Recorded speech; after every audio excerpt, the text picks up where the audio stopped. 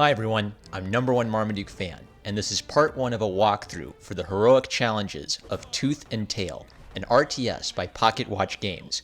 I got this game from Hundlebumble right after beating the StarCraft campaign for the first time, and I really wanted an RTS to scratch my StarCraft itch. And I have to say, I am having a blast with Tooth and Tail.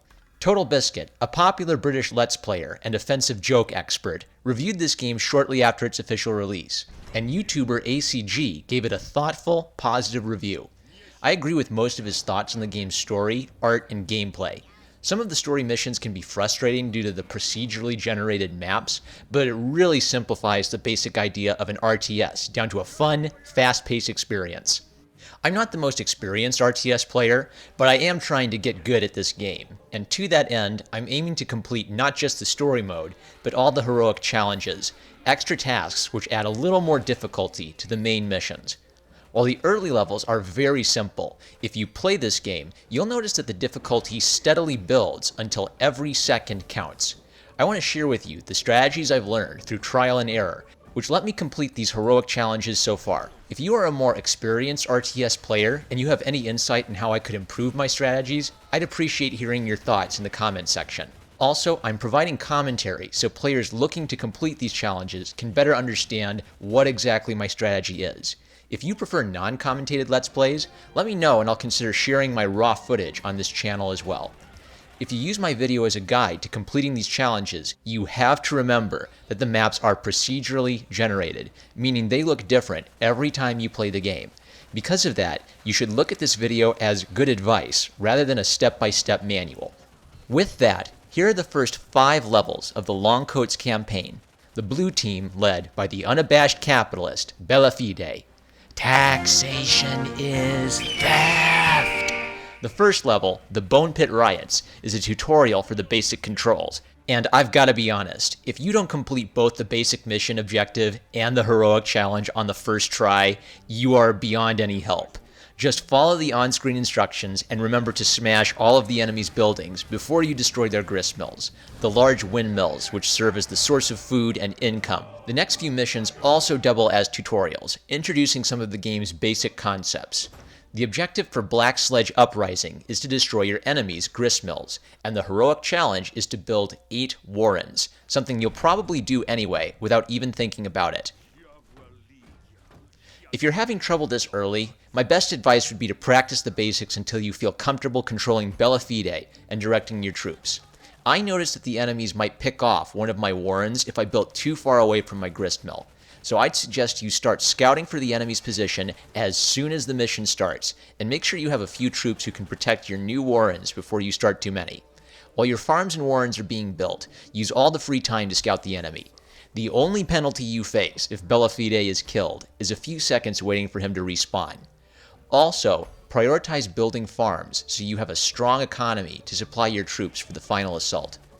Furthermore, prioritize squirrels over ferrets. Because they are much cheaper, it will be easier for you to build 8 warrens.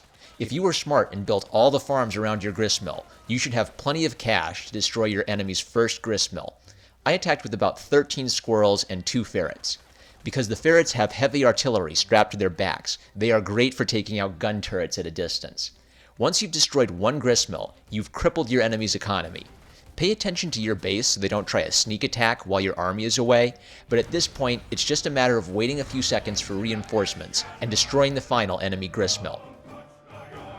Now, at first I was going to say that Mission 3, 46 South Dockside, is also a cakewalk that shouldn't give you any trouble, but while I was recording for this walkthrough,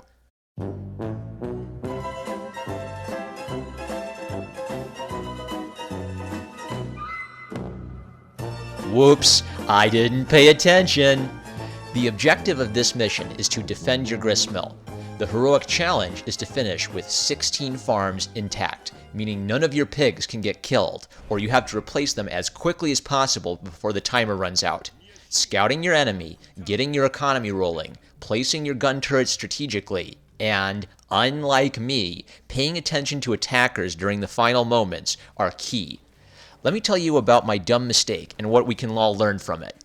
During my first attempt, I prioritized building my farms, building only 1 or 2 gun turrets at each gristmills at the most. I scouted the enemy, and once all 16 farms were queued, I started laying down more gun turrets.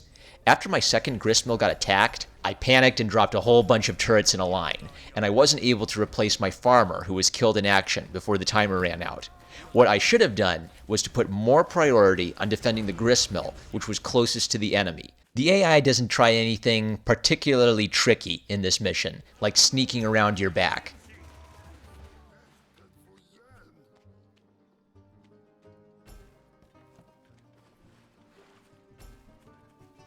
As long as you have 1 or 2 gun turrets protecting the gristmill that's farther away from them, it should be safe, and you can focus on protecting the gristmill closest to them. Again, constantly scouting is absolutely crucial. You need to check for little avenues they could use to sneak up on you. But there are also choke points where the enemy troops bunch up and can be mowed down. Introduces us to Uncle Butters.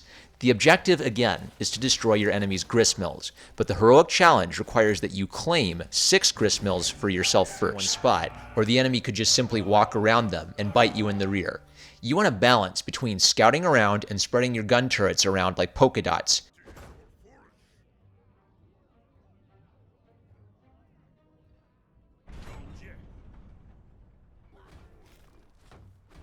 You have to wait to deliver the finishing blow until after you have those 6, or no gold star for you. By the time we've reached this level, you can start to see the pattern that these are pretty simple, but you steadily have to pay more attention to avoid dumb mistakes.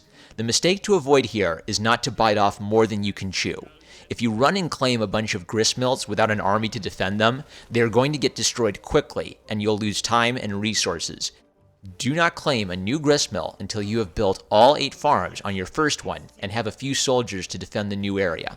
This mission also introduces you to mercenaries, who you can hire to fight for you. There is a pro-con to mercenaries. They do not require a long building time like warrens do, but when mercenaries die, they die.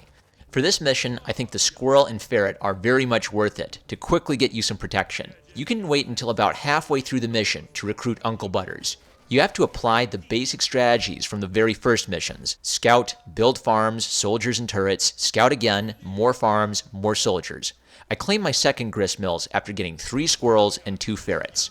Once you have more than 8 farms and a little army, you could either go for your first attack to cripple your opponent's economy, or start a third gristmill. I did a little of both, having some of my troops harangue the nearest enemies on their way to my third gristmill. 9 squirrels, 3 ferrets, and 1 Uncle Butters was plenty to destroy the first enemy base. Once you've done that, you've pretty much won so long as you don't space off and forget to keep an eye on everything. Build a couple extra turrets, build an extra warren of each type of troop. Always keep an eye on your resources. If you have more than 200, you should build something. Money can't shoot enemy soldiers. Mission 5, Hollow in the Gut, is the first one where the heroic challenge was a bit of a puzzle, and it's a great example of the game teaching you how to play smarter. When I was a kid playing StarCraft, I used to play very defensively, building tons of bunkers and turrets, and never selling or destroying anything. I thought it was a waste of resources to get rid of any buildings. In this game, you can sell a building for what it cost you to make it, meaning there is very little reason to hold on to extra buildings when you need cash for your army. The mission instructs you to sell 3 of your gun turrets in order to buy your first farms. What you might miss is it's actually a good idea to sell almost all of your turrets. I only kept 1. Keep 2 if you're a paranoid coward, because pretty much this mission is an introduction to the good old Zerg Rush strategy. The objective is to survive the enemy assault, but the heroic challenge is to destroy your enemy gristmills.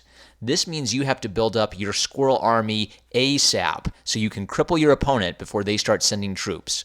Once I got 16 farms queued up and scouted the opponent, I started building my squirrel warrens, aka the Distillery Brothers. The moles, called engineers, are good for smashing buildings for your final assault, but you need the squirrels fast to replace the turrets you sold. My strategy to build all my farms before I got any soldiers turned out to be a bit risky, because a couple of enemy units attacked before I had my first soldier.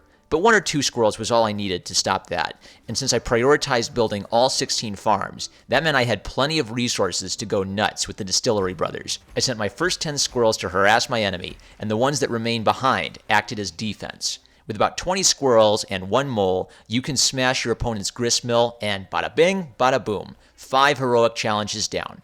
Not a bad start, but things are going to get a lot tougher. Let me know in the comment section if you're thinking about getting this game, or have you decided to get it because of me? I'd love to hear from you.